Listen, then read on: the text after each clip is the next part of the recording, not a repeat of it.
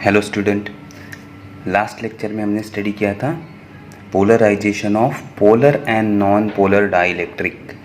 Polarisation of polar and non polar dielectric. What is polarization? जिसमें net dipole moment create करना, जितना net dipole moment create होगा उतना polarisation होगा। और हमने फॉर्मूला स्टडी किया था, पोलर हो या नॉन पोलर हो, जब हम उसको एक्सटर्नल इलेक्ट्रिक फील्ड में रखते हैं तो डाइपोल मोमेंट क्रिएट होता है, डाइपोल मोमेंट क्रिएट होता है। ये हमने स्टडी किया है।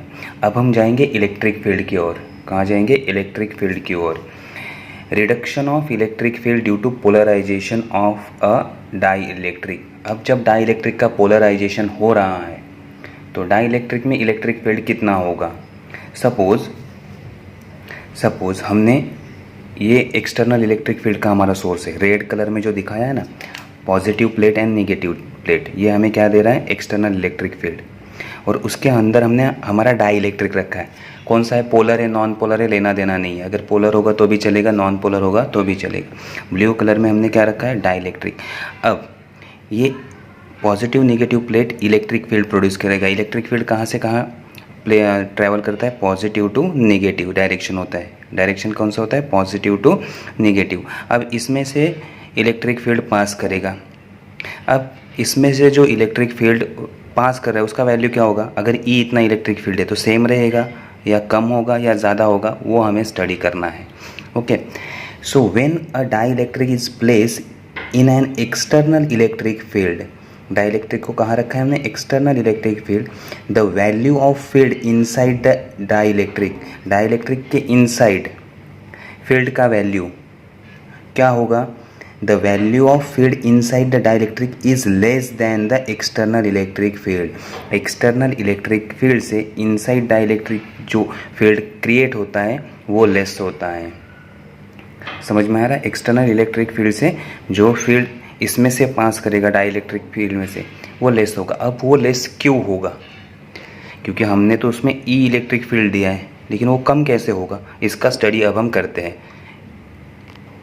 Now consider a rectangular dielectric slab placed in a uniform electric field E। हमने एक रेक्टेंगुलर डाइलेक्ट्रिक स्लैब ले लिया, उसको हमने एक्सटर्नल इलेक्ट्रिक फील्ड में प्लेस कर दिया। डाइलेक्ट्रिक क्या होता है? Insulating material. ये याद रखना, डाइलेक्ट्रिक क्या होता है? Insulating material. और इंसुलेटिंग मटेरियल क्या होता है? जिसमें फ्री चार्ज नहीं होते। इंसुलेटिंग मटेरियल में फ्री चार्ज नहीं होते। तो जब हम उसको एक्सटर्नल फील्ड में रखेंगे, since the electric charge are not free to move in a dielectric, dielectric में कोई भी फ्री चार्ज नहीं रहता क्योंकि वो इंसुलेटर होता है। सो डाइलेक्ट्रिक में करंट प्रोड्यूस नहीं होगा। There is no current in a dielectric. Okay, when dielectric place in a external electric field, जब हम एक्सटर्नल इलेक्ट्रिक फील्ड में रखेंगे तो करंट उसमें प्रोड्यूस नहीं होगा क्योंकि इलेक्ट्रॉन होते नहीं है, तो electron negative to positive flow नहीं करेंगे। अगर वो फ्लो नहीं करेंगे तो उसमें करंट होगा ही नहीं क्योंकि फ्री चार्ज नहीं। ये समझ में आ गया?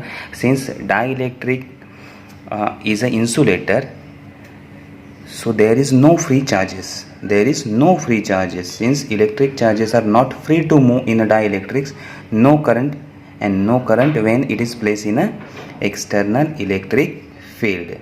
तो अब क्या होता है इसके अंदर? The electric field produce rearrangement of charges with in the atom. अब एक्सटर्नल इलेक्ट्रिक फील्ड क्या करता है? उसमें डाइपोल क्रिएट करता है। हमने देखा है पोलर मॉलिक्यूल और polar dielectric and non polar dielectric को जब हम एक्सटर्नल इलेक्ट्रिक फील्ड में रखते हैं तो क्या होता है? पोलर में ऑलरेडी पोल होते हैं, वो अलाइन हो जाते हैं और डाइपोल मोमेंट क्रिएट हो जाता है। नॉन पोलर में पॉजिटिव और नेगेटिव चार्ज एक साइड होते हैं, तो पॉजिटिव नेगेटिव जो फील्ड है वो उसको स्ट्रेच करती है और because of distortion shape change हो जाता है और उससे क्या बनता है? डाइपोल। तो ये समझ में आ गया। अब इलेक्ट्रिक फील्ड क्या करेगा? Rearrangement of charges with an atom. जो भी चार्जेस है उसका रीअरेंजमेंट होगा और डाइपोल क्रिएट होगा, और डाइपोल को वो अलाइन किस में करेगा? In the direction of field. अब हम डायग्राम देखते हैं। ये देखो, वंस अगेन, रेड हमारा एक्सटर्नल इलेक्ट्रिक फील्ड है। हमारा क्या है? External electric field. ई का डायरेक्शन पॉजिटिव टू नेगेटिव दिखाया है, ई का डायरेक्शन पॉजिटिव टू नेगेटिव। जैसे हम डाइलेक्ट्रिक रखेंगे, डाइलेक्ट्रिक जो निगेटिव चार्ज होंगे वो सारे पॉजिटिव की तरफ और पॉजिटिव चार्ज निगेटिव की तरफ, तो ये क्या हो गया हमारे डाइपोल अलाइन हो गए। अगर डाइपोल अलाइन हो गए मीन्स नेट डाइपोल मोमेंट ये क्रिएट करेगा और ये डाइलेक्ट्रिक क्या हो जाएगा, पोलराइज। तो इसमें पोलराइजेशन हो गया, डाइलेक्ट्रिक में क्या हो गया, पोलराइजेशन। ये समझ में आ गया, पोलराइजेशन हो जाता है। अब देखो ये निगेटिव चार्ज है, ये पॉजिटिव चार्ज, ये निगेटिव चार्ज, ये पॉजिटिव चार्ज। अब बीच वाला ये पॉजिटिव चार्ज और एक निगेटिव चार्ज एक दूसरे के नज़दीक आ गए। ये positive charge, negative charge, positive charge, negative charge, ये सारे एक दूसरे के नज़दीक आ जाएंगे, बहुत नज़दीक आ जाएंगे। अब ये जब नज़दीक आ जाएंगे तो एक दूसरे को कैंसिल कर देंगे, एक दूसरे को क्या करेंगे, कैंसिल। सो ये positive negative, positive negative, positive negative एक दूसरे को कैंसिल कर देंगे। तो सिर्फ एक साइड निगेटिव चार्ज रहेगा, एक साइड पॉजिटिव चार्ज रहेगा। तो डाइलेक्ट्रिक के राइट हैंड साइड में, ओके, राइट हैंड साइड में पॉजिटिव चार्ज रहेंगे और लेफ्ट हैंड साइड में निगेटिव चार्ज। बीच वाले सारे चार्ज एक दूसरे को कैंसिल कर देंगे। मीन्स यहाँ पॉजिटिव चार्ज की एक शीट बनेगी और यहाँ निगेटिव चार्ज की एक शीट बनेगी। ये समझ में आ रहा है। As a result of alignment of dipole moment, अब ये अलाइनमेंट डाइपोल मोमेंट हो गया। As a result of alignment of dipole moment there is apparent sheet of positive charge on right hand side. Right hand side में क्या बनेगा, positive sheet, right hand side में positive sheet.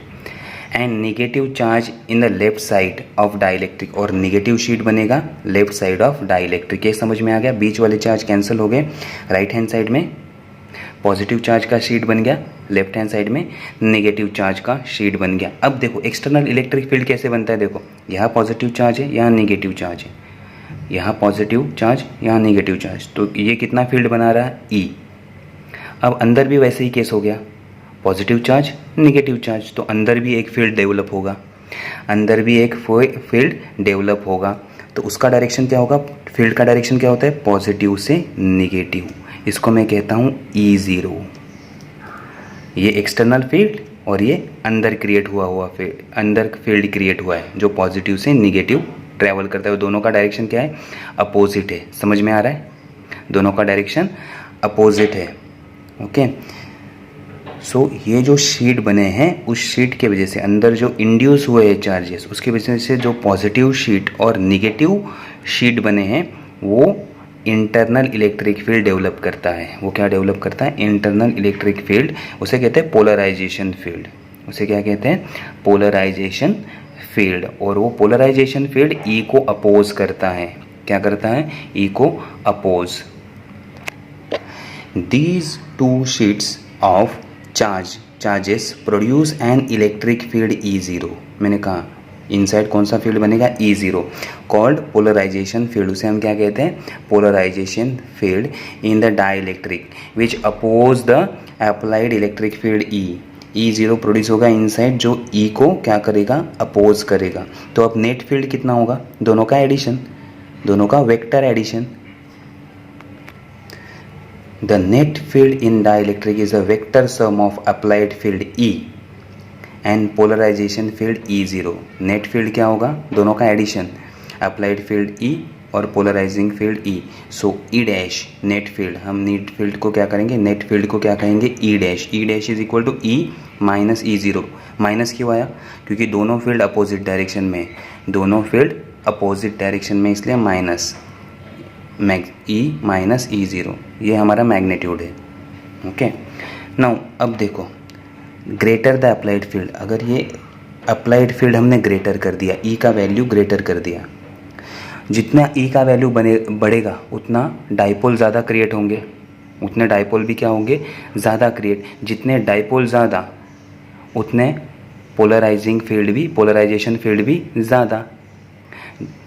देखो यहाँ positive charge है, यहाँ negative charge है, इसकी वजह से क्या बनता है, E। अगर E का स्ट्रेंथ हम बढ़ाते जाएंगे, E का स्ट्रेंथ क्या करेंगे, बढ़ाते जाएंगे, तो उतना डाइपोल भी इसमें ज़्यादा क्रिएट होता जाएगा। डाइलेक्ट्रिक में डाइपोल भी ज़्यादा बनेंगे, जितना ज़्यादा डाइपोल बनेंगे उतना ज़्यादा पोलराइजिंग फील्ड, अंदर फील्ड भी ज़्यादा डेवलप होगा। So greater the applied field greater the alignment of dipole, greater alignment होगा, and greater the polarization field, उतना ही ज़्यादा पोलराइजेशन फील्ड बनेगा। अब देखो इस फील्ड को अगर एक्सटर्नल फील्ड को और ज़्यादा हम बढ़ाते गए, एक्सटर्नल फील्ड को और ज़्यादा बढ़ाते गए तो क्या हो जाएगा, डाइपोल ब्रेक हो जाएगा।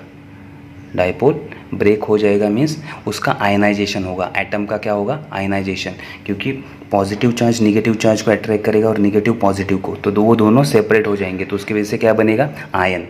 और because of this ion conductor जैसी इलेक्ट्रिक फील्ड, कंडक्टर जैसा इलेक्ट्रिक करंट डाइइलेक्ट्रिक से फ्लो होगा, कंडक्टर जैसा इलेक्ट्रिक फील्ड डाइइलेक्ट्रिक से फ्लो होगा। अब एक्सटर्नल फील्ड, ऐसे ही एक्सटर्नल फील्ड हमें अप्लाई करनी है जिससे डाइइलेक्ट्रिक क्या हो जाए, ब्रेक डाउन, मीन्स डाइइलेक्ट्रिक में क्या है, आयनाइजेशन, उसे कहते हैं डाइइलेक्ट्रिक स्ट्रेंथ। ये सिर्फ इन्फॉर्मेशन के लिए याद रखना, उसे क्या कहते हैं, डाइइलेक्ट्रिक स्ट्रेंथ। डाइइलेक्ट्रिक स्ट्रेंथ में क्या होता है, डाइपोल ब्रेक हो जाता है और डाइइलेक्ट्रिक ब्रेक डाउन हो जाता है और उसमें से करंट फ्लो करने लगता है। उस एक्सटर्नल इलेक्ट्रिक फील्ड पे, जिस एक्सटर्नल इलेक्ट्रिक फील्ड पे ये होता है उसको क्या कहते हैं, डाइइलेक्ट्रिक स्ट्रेंथ। ये इन्फॉर्मेशन के लिए याद रखना है। ओके, अब इसका सिंपल एग्जांपल दिया जाए जो हमने स्टडी किया, जब हम कोम को हमारे हेयर में मूव करते और पेपर के पास लेके जाते तो पेपर अट्रैक्ट हो जाते।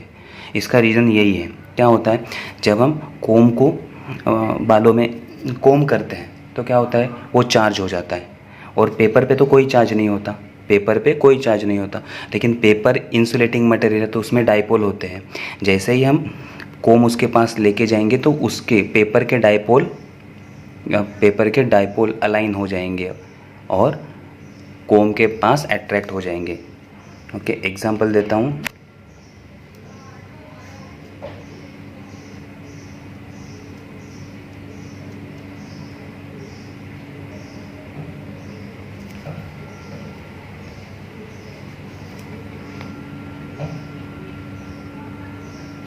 सपोज़ ये हमारा कोम है, सपोज़ ये हमारा कोम है और कोम को अगर हमने रब कर दिया तो इसमें क्या आ जाएंगे, सपोज़ पॉजिटिव चार्ज आ गए। कौन से चार्ज आ गए, पॉजिटिव चार्ज। जैसे ही मैं पेपर के पास लेके जाऊंगा तो पेपर के डाइपोल क्या हो जाएंगे, अलाइन हो जाएंगे, पॉजिटिव के पास निगेटिव, और उसके वजह से ये पेपर यहाँ अट्रैक्ट होगा। तो इस तरह से ये अट्रैक्शन होता है।